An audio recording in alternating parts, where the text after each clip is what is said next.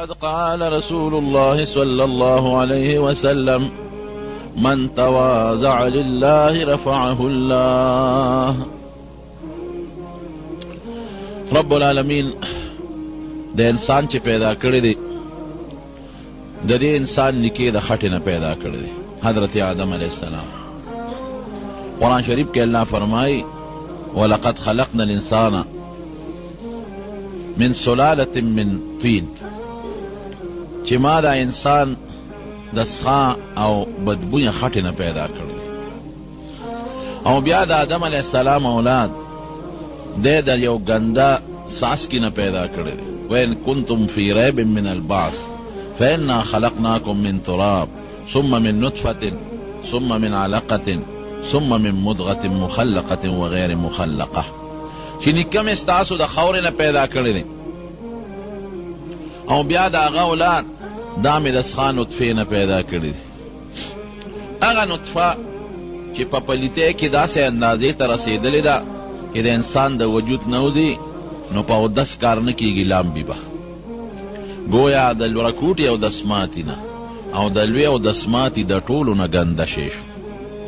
رکوټې او دسماتي که وځي نو صرف اودس به کې، لوی او دسماتي که خارج شي نو صرف اودس به کې، ایک بندو کی پڑک اخلولٹے نو صرف اودس بکے، که دا وجود نا نوزی یا وی نوزی نو صرف بیدون کی وی نو صرف اودس بکے، او چې دا گنده سیز د انسان د وجود نه خارج شي نو په اودس کار نه کیږي. لامبې ما دا دومره گنده سیز نه رب العالمین د انسان پیدا کړ.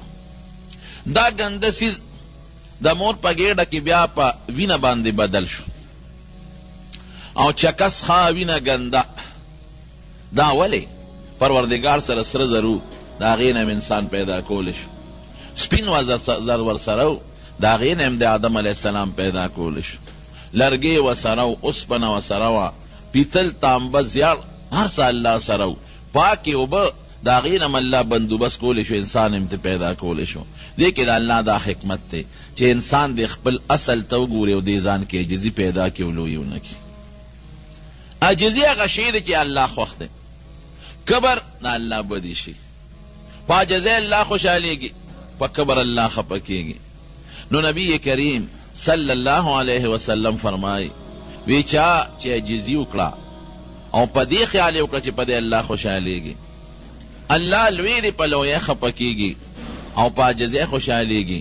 دی دانوی چی زبا معاشرہ کی کمزور شم، دا خلقو پا نظر کے بس پکشم، نا رفعہ اللہ، اللہ بدی اچت کی، عزت بول کی او مرتبه بول ور کی. د دوارو جهان مبارک سردار څومره لوی شخصیت، بعد از خدا بزرگ توی قصه مختصر، لا يمكن الثنا كما كان حق. داسې ثنا چې د حضور پاک د شان سره مناسب دی یغه نشم ویلې. دومره به ویم چې بعد از خدا بزرگ توی قصه مختصر، وی دا به ویم چې د الله نه پس د ټول مخلوق نه لوی، بس دا مختصره خبره جوړه. دومره لوی شخصیت په الله سونا ګران، په ټولو پیغمبرانو کې د لوی مرتبه خاون، لیکن عجزی پکې څومره وه.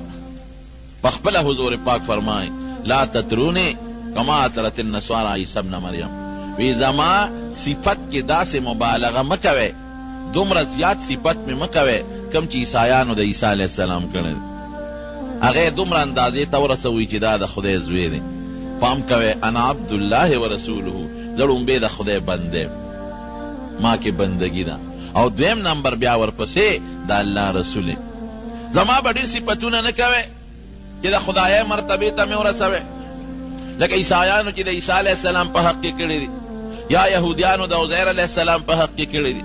فهم کوئ ګورئ زه نه خدای نه ما کې د خدای صفتونه شته او نه د خدای مرتبه ته رسېدی شم. دا حقیقت دی. رونو ګورئ زه د الله بنده او د الله رسول. نو دومره لوی شخصیت چې په ټولو پیغمبرانو کې د لوړې مرتبې خاوند دی، او بیا هم حضور پاک څومره خپله عاجزي کوي.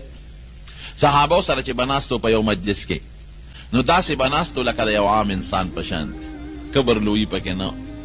یو ځای به صحابو سره په ځمکه ناستو، جومات کې بناستو، که د بار نه به څوک میلمه راغی او مخکې به حضور پاک مبارک نو لیدلی، هغه به نه پیژنده چې حضور پاک پکې کم یو دی.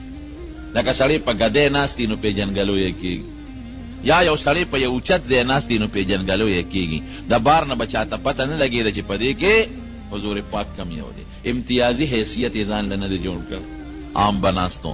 تر دې حده پورې یو صحابي فرمایي وی چې مجلس کې به موږ په دایره کې ناستو نو د حضور پاک کونډۍ مبارکې به زموږ کونډو سره یو شان وي، چرته یې زموږ نه ځان په ناسته کې مخکې کړی نه دی. سفر کې چې به روانو چې سپینګیري سړی به چرته حضور پاک په سفر کې د هغه نه مخکې نه ته، او په سفر دوران کې څومره عاجزي کړې نه، ځان یې ملګرو سره یو شان حساب کړی دی. څنګه چې نورو ملګرو په سفر کې کارونه کړي دي دارنګې حضور پاک هم محنت او خدمت کړی دی. یو ځل په یو سفر کې صحابه کرامو حضور پاک مبارک نو کارونه یې تقسیم کړل. چا وی زه به څاروي لال کو، د وخت انتظام به وکړو، چا وی موږ به څاروي اوبه کو، چا وی موږ به خیمې خښې کو، چا وی اور به بل کو، چا وی دا نور څاروي به سرن لبوزو. څومره کارونه چې دا به تقسیم شو. د دواړو جهانو مبارک سردارو فرمایل وی یو کار خو تاسو پرېښود خوا به زه کوم. وی صاحب کم کار دی، مونږ خو ټول تقسیم کړل، مونږ ته یې په ګوته که مونږ به کوو. وی نه تاسو پرېښوده به زه کوم. وی صاحب مونږ ته وښایه تاسو به ولې کوئ، زمونږ مور پلار در نه قربان، مونږ به کوو. وی نه به زه کوم. وی تاسو چې دا تقسیم هر څه وکړل، ډوډۍ خوراک پخوئ، دا اور به پسه بلوئ، د خشاکړو چا ذکر ونه کړ. وی خشاک به زه راوړم. وی نه زمونږ مور پلار تا نه قربان، مونږ به خشاک راوړو. وی نه دا کار زما په ذمه دی. قسم دی ځنګل ته په خپله حضور پاک لاړ او هلته بوټي او څانګې پرې کړې او په دې خپله مبارک او نیازبینه شی کېښودل او صحابهونه یې راوړل. که مسجد قبا جوړېږي لکه د عام صحابي په شان خدمت پکې کوي، او که خندق کنستلی کېږي غزوې خندق کې لکه د عامو صحابو خدمت پکې کوي. او که کور کې دننه دی، بی بی عایشه صدیقه فرمایي وی په کور کې دننه به موږ سره لګي او د کور کار به یې کوو، او چې بانګ به ووی نو هر څه به یې غورځول جومات ته به لاړ. وی قسم دی حضور پاک کمبل ځان له په خپله ګنډلی دی، او که سپلی شلېدلې ده نو ځان له یې په خپله ګنډلی ده، او موږ سره یې د کور په کار کې مدد کړی دی. څومره لوی شخصیت او څومره عاجزي، دا ټول کمال د عاجزۍ دی. ګورئ ځان کې به عاجزي پیدا کې بندګي نه اوچت بشي.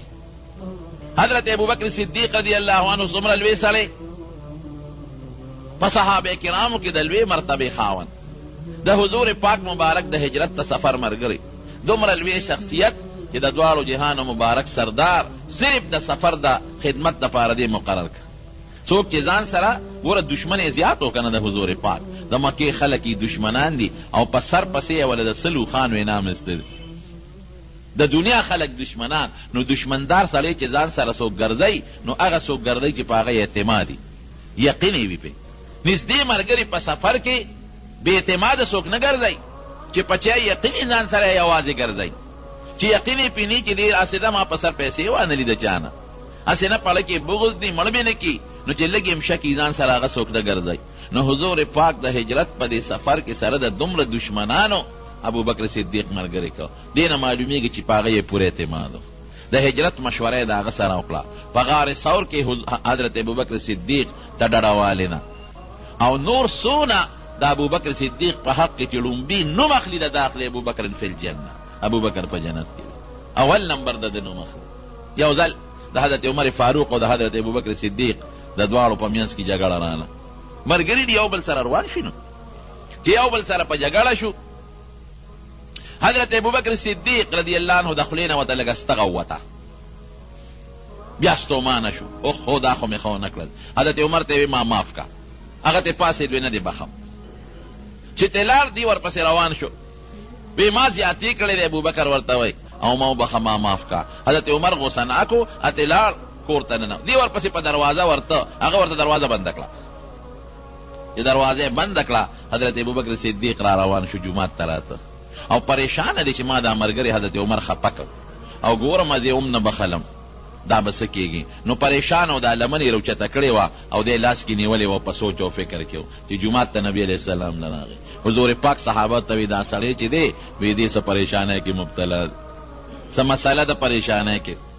حضرت عمر چې کور ته لاړ ساعت تېر شو، هغه وی چې یاره دا ما څه وکړل، ټیک ده چې مثلا زه یې وچېړلم او ما باندې لږه سختي وکړه، خو چې کله یې ما نه بخښنه غوښته نو پکار دی چې ما بخلی، او چې کور ته راپسې راغی نو ماله نو پکار چې دروازه مې ورته بنده کړې وې، پکار وه چې ما ورته معافي کړې وې، دا خو غلطي وشوه. نو هغه م را روان شو، راغې چې ورېږه ورځم چې جوړه ورسره وکړم. نبی علیہ السلام د حضرت ابوبکر صدیق رضی الله عنه تپوس وکړ، ابوبکر ولې پریشان یې؟ وی صاحب عمر ته زما د خولې نه لږ استغه وکړه. نو امانه خفه شو، نو رانه کور ته لاړ، ورپسې لاړم. دې کې عمر راغی، حضور پاک حضرت عمر ته په غصه شو او فرمایی هل تارکو لی صاحبی، زما دا ملګري به پرېږدی معاف پې کې؟ ابوبکر یادوي. حضرت ابوبکر صدیق وایي چې د الله رسوله غلطي ما نه شوې ده، دنه نه ده شوې. او حضور پاک بیا حضرت عمر باندې غصه کوي، هل تارکو لی صاحبی، زما دا ملګري به پرېږدی، دی به معاف کې؟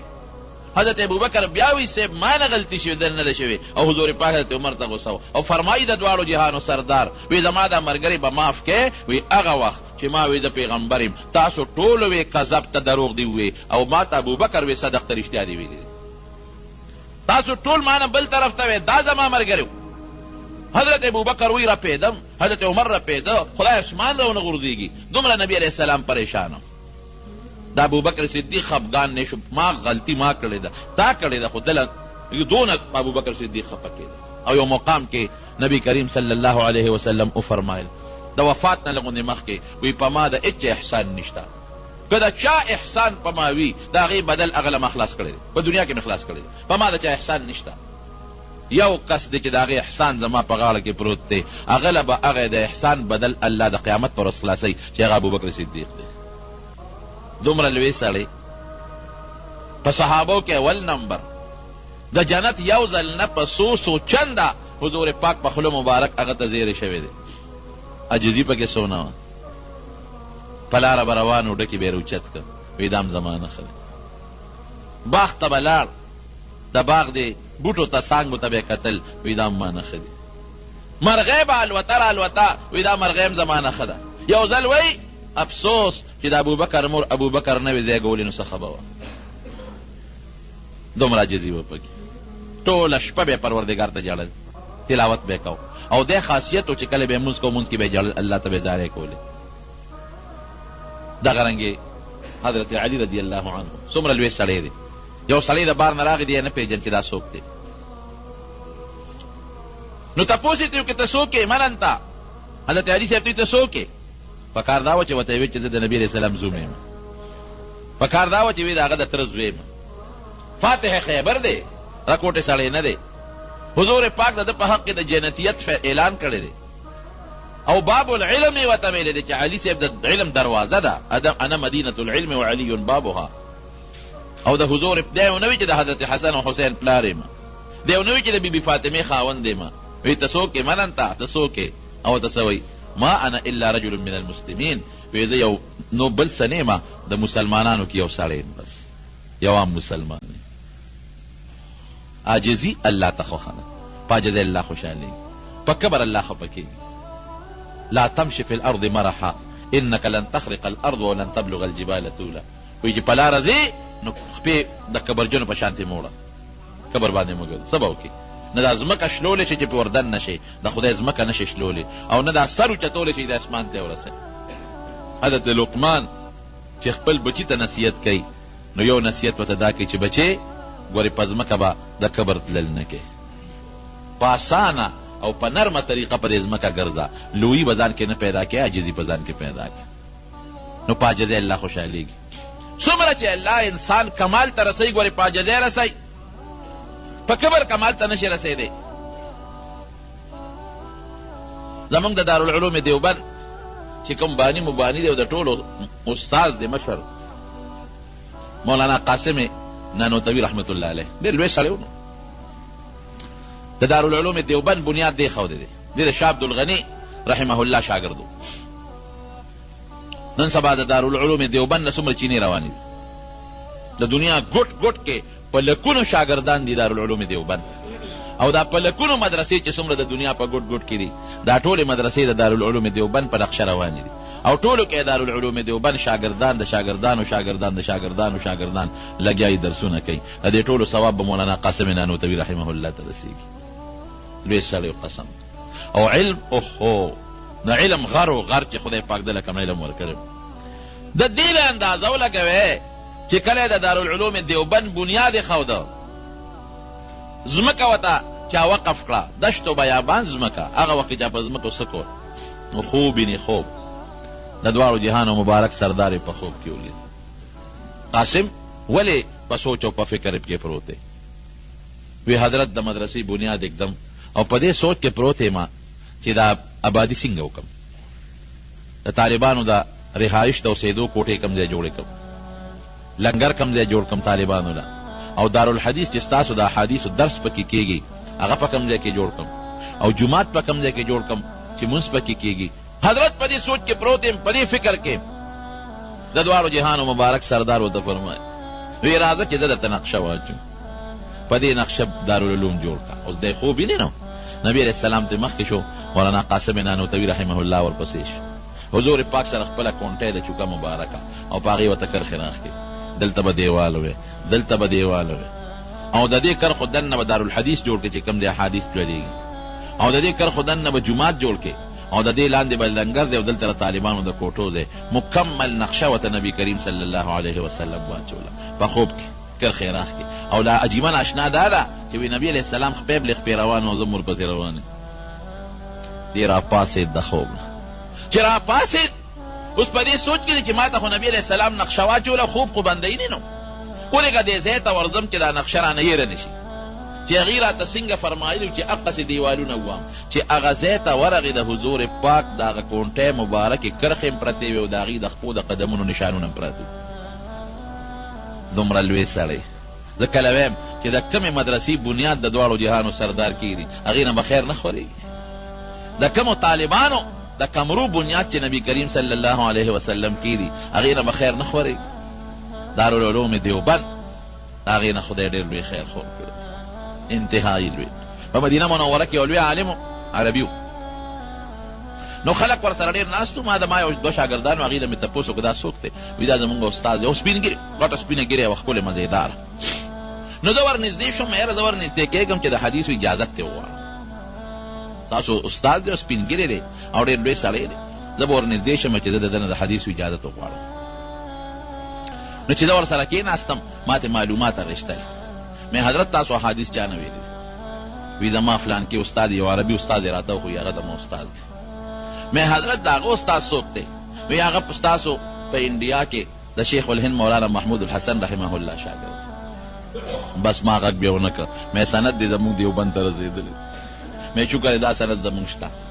زمونږ استاد مولانا عبدالحق صاحب دی رحمه الله د دارالعلوم حقاني شیخ الحدیث او بانی او د هغه استاد مولانا حسین احمد مدني صاحب او د هغه استاد شیخ الهند صاحب دی ما یې ګوره عربو کې لوی شیوخ دا د دارالعلوم دیوبند شاګردان دي په افغانستان کې پاکستان کې بنګلادیش کې او دارنګې دا نور ملکونه چې څومره دي برما ده او که دا نور علاقې دي دا ټولو کې اکثریت د دارالعلوم دیوبند بچي دي نن په دنیا کې ګوره څومره د دین کار چې کېږي دا تبلیغي حضرات مولانا الیاس صاحب رحمت الله علیه الله ته څونه کار واغشت د هغه استاد شیخ الهند صاحب او د شیخ الهند صاحب استاد مولانا قاسم نانوتوي رحمت الله علیه نو دومره لوی سړی دی عجزي څونه ده عجزۍ ته یې ګوره یو ځل یو په هندوستان کې یو کلی شاهجهانپور به یې ورته وي هغې کې به کال په کال د دې غیر مذهب او د مسلمانانو په منځ کې بحثونه کېدل هندوان به هم راغونډ شو سیکان به مو مسلمانان به مو انګریزان به مو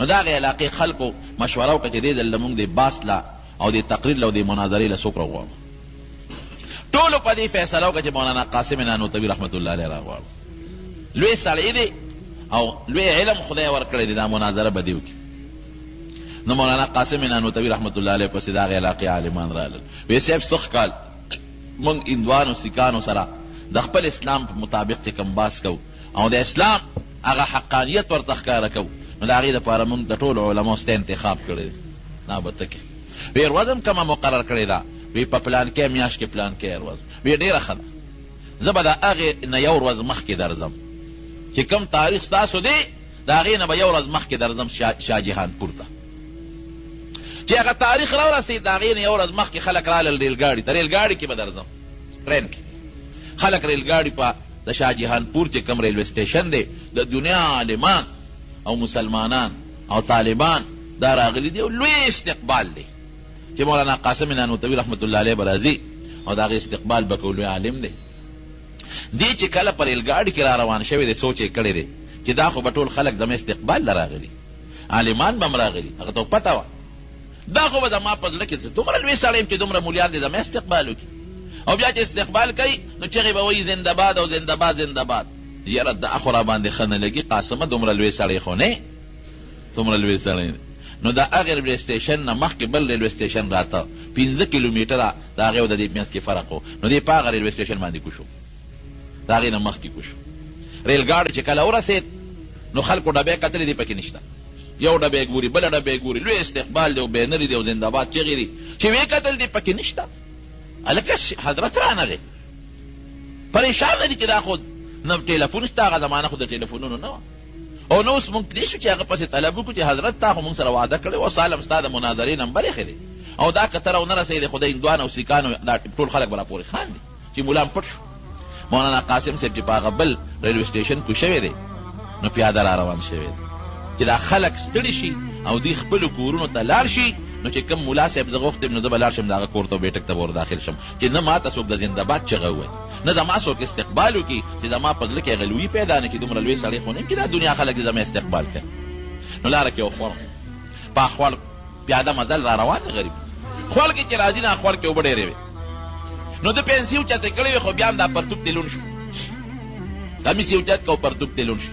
نو د خوړ نه چې کله پورې وته نو اوس په دې سوچ کې چې دا پرتوک خو د مالان دی، د خټم شو لوندم شو، دا به انزل غواړي او دا به اوچولم غواړي.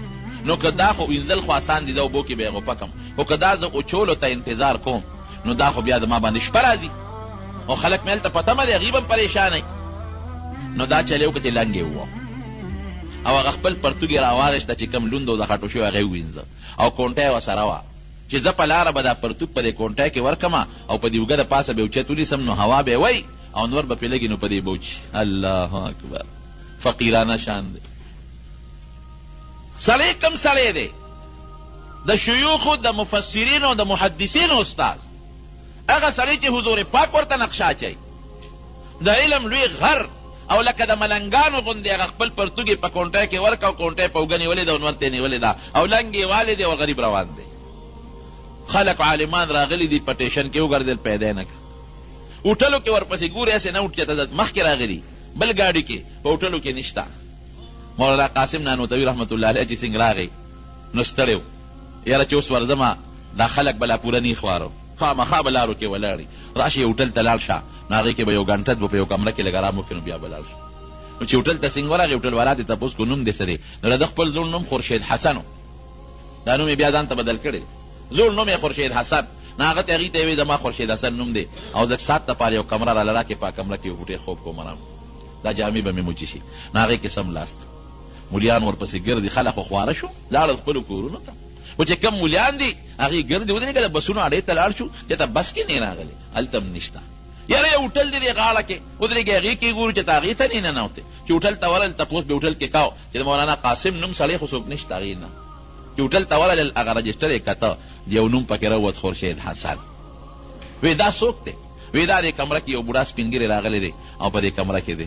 وی شکل یې څنګه دی؟ وی نرۍ غوندې شکل یې د خامتا جامې لاندې لنګ والی دی او ملا غوندې معلومېږي، خو هندوانو. وی ودرېږئ ممکن ده چې همدا وی چې دروازه یې وټکوله مولانا قاسم صاحب پکې و.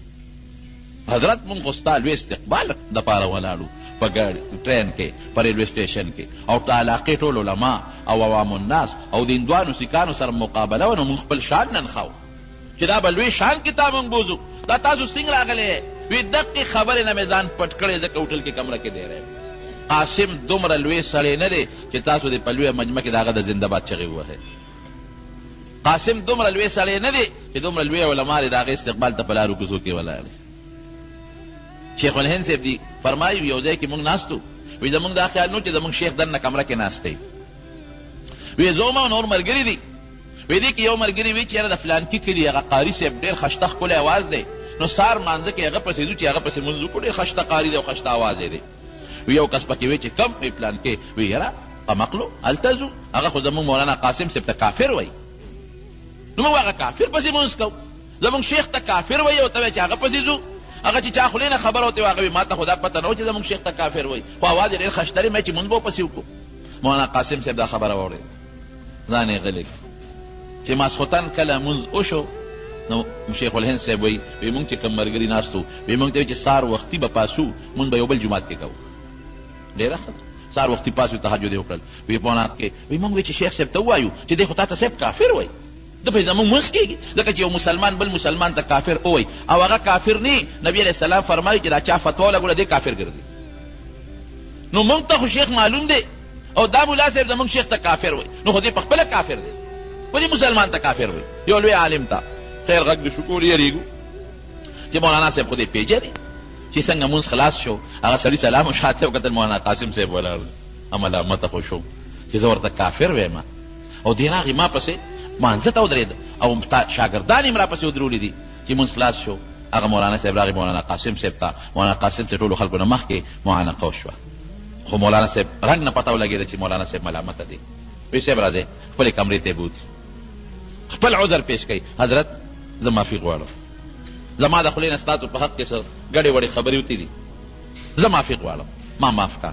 مولانا قاسم صاحب ورته څه وایي؟ وی نه نه، وی تا که ما باندې د کفر فتوا لګولې ده نو تا په زړه کې د دین یو جذبه پرته ده، د دین د خاطره دې لګولې ده، د خدای لپاره دې لګولې ده. نو د دې لرالم که په ما کې د کفر څه خبره وي نو ما ته ووایه چې زه ستا په لاس توبه وباسم او ستا په لاس ایمان راوړم او د هغې نه معافي وغواړم.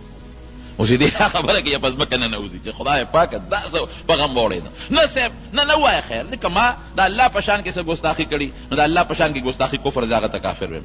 که ما د نبي علیه السلام په شان کې څه ګستاخي کړي نو د پیغمبر علیه السلام په شان کې ګستاخي کفر دی، د هغې نه توبه وباسم ما ته ووایه. که ما د قرآن په حق کې څه ګستاخي کړي نو د خدای د کتاب په حق ګستاخي کفر دی، ما ته ووایه زه هغې نه توبه وباسم. بیا سړی چې نه جي استم نه دي کړی استم نه دي کړی او به زه معافي غواړم، دې ته عاجزي وایي. موږ به څه کوو؟ الله چې معمولي څه خبرې زه د چا نه کم یم څه، ملا هم وایي، پیر هم وایي، امیم وایي، زمیندار هم وایي، تاجر هم وایي. دا کبر به مونږ کوم ځای ته رسوي؟ د دواړو جهانو سردار مدینه منوره کې روان دی، په یو ډیران تیر شو، صحابه ورسره دي، ټولو پوزې پټې کړې. حضور پاک مبارک صحابو نه تپوس وکړو، وی دا پوزې مولې پټې کړې؟ وی صاحب دا ډیران دی د دې د وجې نه پټې کړې. وی ډیران څه ته وایي؟ ډېر هوښیار. وی صاحب دا خلک په ګندګي غورځوي، ډوډۍ پې پاتې شوې وغورځوي، جامې چې خیرنې شي زړې شي سلیدلې پې وغورځوي، هډوکې پې غورځوي. نه نه دا خو ډیران نه دی، دا خو ډېر د عزت شی دی. صحابه حیران شو، الله او رسول ته باقي پته ده. وی ګورئ جي، وی هغه شی په دې ډیران تاسو غورځوئ او پوزه ترې پټوئ د کوم شي دپاره چې یو مسلمان بل مسلمان وجني او یو مسلمان د بل مسلمان عزت اخلي. هغه جامه چې مسلمان په مسلمان وجني چې زړه شي دلته وغورځوئ بیا دې پوزې پټوئ.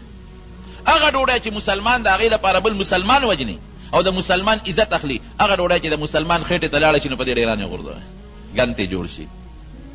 هغه میوې او خوراکونه چې مسلمان ولا مسلمان وجني او یو مسلمان د بل مسلمان عزت د هغې دپاره اخلي، هغه چې څښا شي او ستا نه پالتو شي نو په دې هغوی ډیران ورته وایي. دا خو د عزت شی دی، جامه ډوډۍ او ستا خوراک چې د نه فالتو دی پې پروت دی، دې له خو مسلمان وجني. رونو انسان خوري څه، اغوندي څه، او د انسان حقیقت څه دی؟ ډوډۍ څونه عزتمن شی دی او څونه محترمه ده، خلک یې ښکلی او رومال ته تاوی، لیکن چې د انسان د مبارک خېټې ته ورورسېږي څه بلا ته جوړه شي. دا د انسان حقیقت دی. ډوډۍ خشته شي او میوه سیب کیله انګور د قیمت شي اعلی شی دی، خو چې د انسان خېټې ته ورورسېده څومره ګند ته جوړ شو. د انسان د دننه کارخانې دغه حیثیت دی، اوله نطفه واخره جیفه وفیما بینهما حامل للعذرا. وی اول د نطفه ده، اخر مردار د چینجو که انسانیت پکې نی او ایمان پکې نی او یا پکې فسق و فجور راشي د چینجو جاله او دې میانس کې وګوره نو په ګېډه کې دې څه مرداره پټه کړې ده. دا ټوکړه ده په بکس کې پرته دکاندار صاحب پرته څومره مزېدار او ښایسته، خو چې د انسان د وجود نه توشي په درېیمه ورځ څښا بین کوي که نه کوي. دا د انسان د وجود حقیقت دی. اوبه دي ښایسته مزېدارې ښکلې پرتې دي، خو چې د انسان وجود ته داخلي شي نو څښا متیازې بیا کې ته جوړې شي که جوړې نه شي. څه حقیقت دی د انسان؟ میلو درنده دی که دې څپیونه کې، که نوکونه دې وانغېشتل او زیاتي ویښته دې وانغېشتل او یو میاشت در باندې تېره شوه، قسم د خپل بچي او ښځه به هم در نه یېرېږي. غټ غټ برېت به دې نیولي او لوی لوی ویښته به در باندې ختلي او غټ غټ نوکان به دې نیولي او څښاک خیري به بین به د نځي. دا د انسان حقیقت دی. لامبې به جامې به خشته اچې او ویښته به دې کټ کې او نوکان به دې کټ کې او په صابون به لامبې نو ښکلې به او که دا دې ونه کړل ځکه دلته یو هفته یو میاشت اوملامبه نو څښا بین به د نځي او که به د نه نځي. دا د انسان حقیقت دی. او داس چې ماته د خلکو نه ځان لرې کوي. ولې کوم بین چې د نځي دا هغه بین د لاسه نه ښځه خوب کولی شي او نه در بچي خوب کولی شي. د انسان به کبر څنګه کوي؟ دا د کبر ځان پسې مټې والی یو غاښ باندې چې د انسان دل شي څومره چغې وباسي. یا کور کې چې څوک خوب نشي کولی خېټه چې معمولي بې اعتداله شي نو بیا دومره دستونه پې ولګي هغه د عزت انسان بې عزته شي جامې ته لاندې روان دي. څښا بدبویه انسان سره کبر نه دی مناسب. انسان سره عاجزي مناسبه. زمونږ په دې علماو کې یو ډېر لوی عالم تېر شوی دی مولانا رشید احمد ګنګوهي رحمت الله علیه. ډېر لوی سړی. د دې سړي دومره لوی علم دی چې د دې علم ته کله حیران شم چې خدای دې ته کوم علم ورکړی دی. په ترمذي یو شرح لیکلی دی کوكب الدري او په بخاري یو شرح لیکلی دی لامع الدراري. سړی علم ته د حیران شي خدای دې سړي ته کوم علم ورکړی دی. نو چې دومره لوی سړی وي نو هغه کې خامخا یو بوډۍ ګوچتوالی راځي. علم یو لوی نعمت دی. نو څنګه سړی ظاهري خشته جامه واچي چوغه واچي او شکل ښکلي کړي نو ځان ورته لږ لوی ښکاري. دارنګې چې چا کې علم زیات وي نو د علم په دې سړي کې لږه نشه پیدا کړي. دې لومبې لاړ مولانا حاجي امدادالله صاحب مهاجر مکي له هغه لاړ نو حاجي صاحب ورته وایي بیعت وکړه ما سره. حالانکې حاجي صاحب چا نه دا مطالبه نه وه کړې. وی صاحب بیعت به وکړم خو ما نه دا ذکر و اذکار نه کېږي. کتابونه کتل دي او طالبانو د سبق ویل دي نو دا ذکر و اذکار او دا پیسې پیسې مانه نه کېږي. زه یو شپه خو را سره تېره کړه یو شپه تېره کړه زه ډېره خره شپه به تېره کړه نو چې شپې ته ورسره پاتې شوم نو حاجي صاحب د شپې پاسې تهجد یې کول. وایي ما به تهجد نه کول کتاب طالبانو له ګورو سبق طالبانو ته ښایم. وایي وشرمېدم. وایي مې چېرې دا دومره سپین ږیري سړی پاسې و تهجد کې راشه ته مو ورسره وکړه. وایي پاسېدم تهجد مې ورسره وکړه. حاجي صاحب ناست خپل ذکر و اذکار کوي. نو یې زه وشرمېدم چې دې اوس ذکر و اذکار کوي بوډا سپین ږیري زه سملم نو دا خو لږ یو بوډۍ بده خبره ده. نو امام ورسره لږ لږ ذکر و اذکار وایي هغه د حاجي صاحب هغه ذکر چې هغه به لا اله الا الله وي که نه معمولي غوندې به یې په زوره کړل. وایي هغې زما دې زړه یو څو جټکې ورکړل.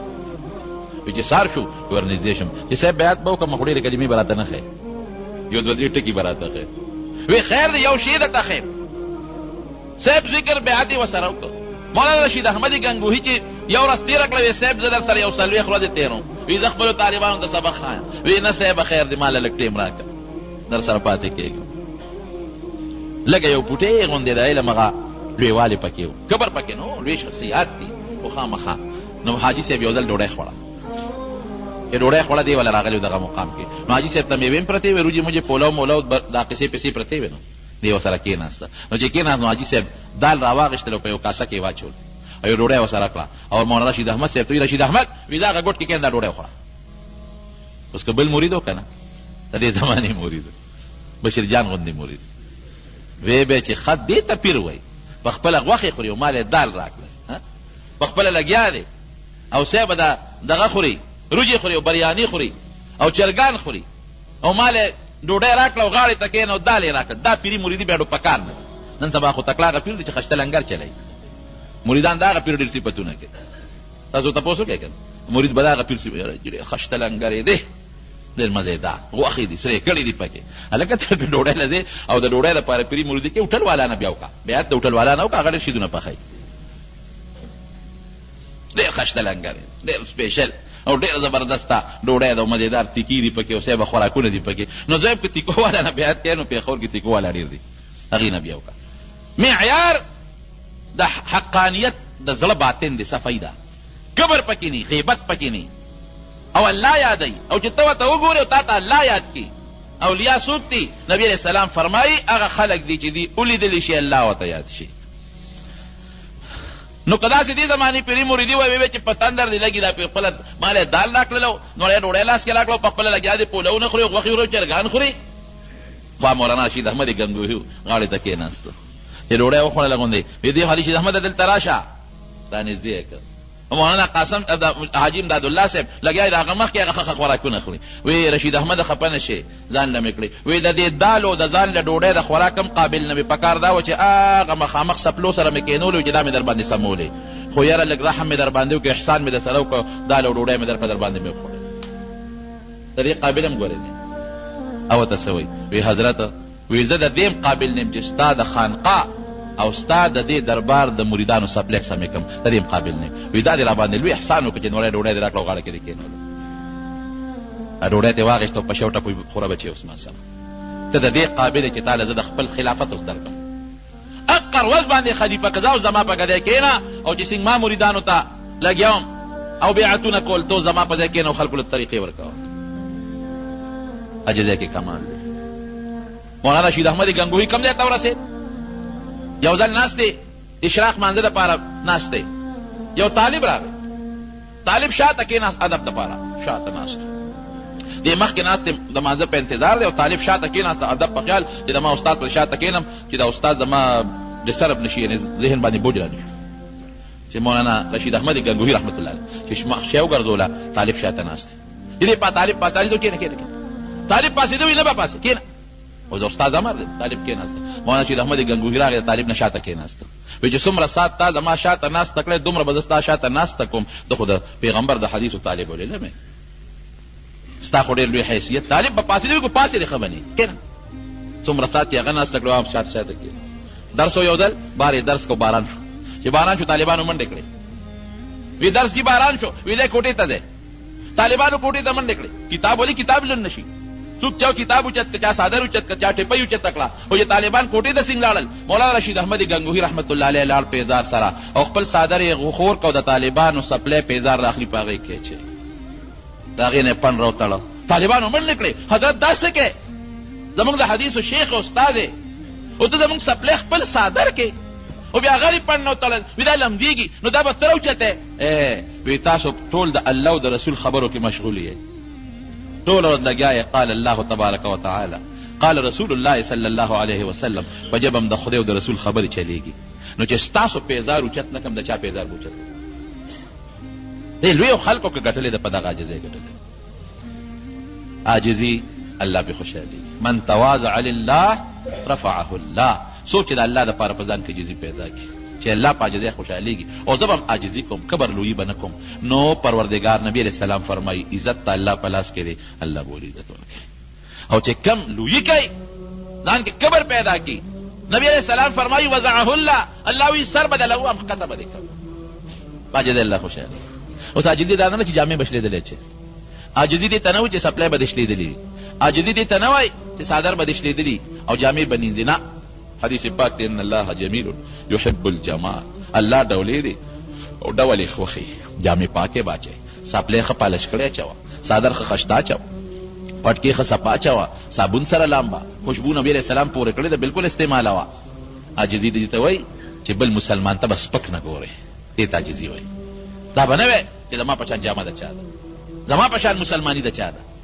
بل مسلمان ته سپک کتل او بل مسلمان د ځان نه کمزورې ګڼل دا کبر دی، دا به نه کوې. خپله معاشره کې تا سره یو طالب العلم ملګری دی، هغه ته به سپک نه ګورئ. تا سره په خپل ګاونډ کې یو غریب ملګری دی، هغه ته به سپک نه ګورئ. تا سره په دکاندارۍ کې یو غریب ملګری دی، هغه ته به سپک نه ګورئ. تا پکې لا څه شی دی چې یم خو زه هم چې من دیګرې نیست ما په شان لا څوک داسې به نه. دې ته عاجزي وایي. عاجزي دی نه وایي چې جامې به دې شلېدلې او پیزار به دې شلېدلې او جامې به شلېدلې چې او څادر به شلېدلې. دې ته عاجزي نه وایي. نو هېڅ جو انکسار دا هغه صفت دی چې دا په الله کې نشته. الله لوی ذات دی. دا الله پاک د مسلمان دپاره خوښ کړی دی. نبی کریم صلی الله علیه وسلم چې بر اسمانونو ته لاړ او د پروردګار سره ملاقات شو، نو الله یې تپوس کړي وایي څه تحفه دې ماله راوړې ده. ولې دا عجیبه تپوس دی. اوس الله له به څه تحفه وړې، الله سره خو هر څه شته. ماله دې څه تحفه راوړې ده ښایه شابه. نو حضور پاک مبارک هوښیار او وحی به ورته کېدله، وی الله داسې تحفه مې دله راوړې ده چې تا سره نشته، داسې تحفه مې دله راوړې ده. ته به حیران یې چې به څه تحفه چې الله سره نی. التحیات لله والصلوات والطیبات. الله د بدن، د مال، د ژبې عاجزي مې دله راوړې ده. په ژبه هم ستا په دربار کې زاري کوم التحیات، او د مال په بنیاد به هم ستا په دربار کې عاجزي کوم، او د وجود په اندازه په خپل وجود به هم ستا په دربار کې عاجزي کوم. عاجزي مې راوړې ده په خوله، په بدن، په مال کې. دا عاجزي تا سره نشته. نو چې دا واقعي چې دا د خپلې عاجزۍ اظهار وکړو، الله وي السلام علیک ایها النبي ورحمة الله وبرکاته. زما تسلیمات، سلامونه او رحمتونه او برکتونه دې پتا نازلې. نو حضور پاک بیا څه وایي ځان سره په نبی علیه السلام خو رحمت نازل شو، سلام وشو، نو ګناه امت پاتې شو. السلام علینا وعلى عباد الله الصالحین.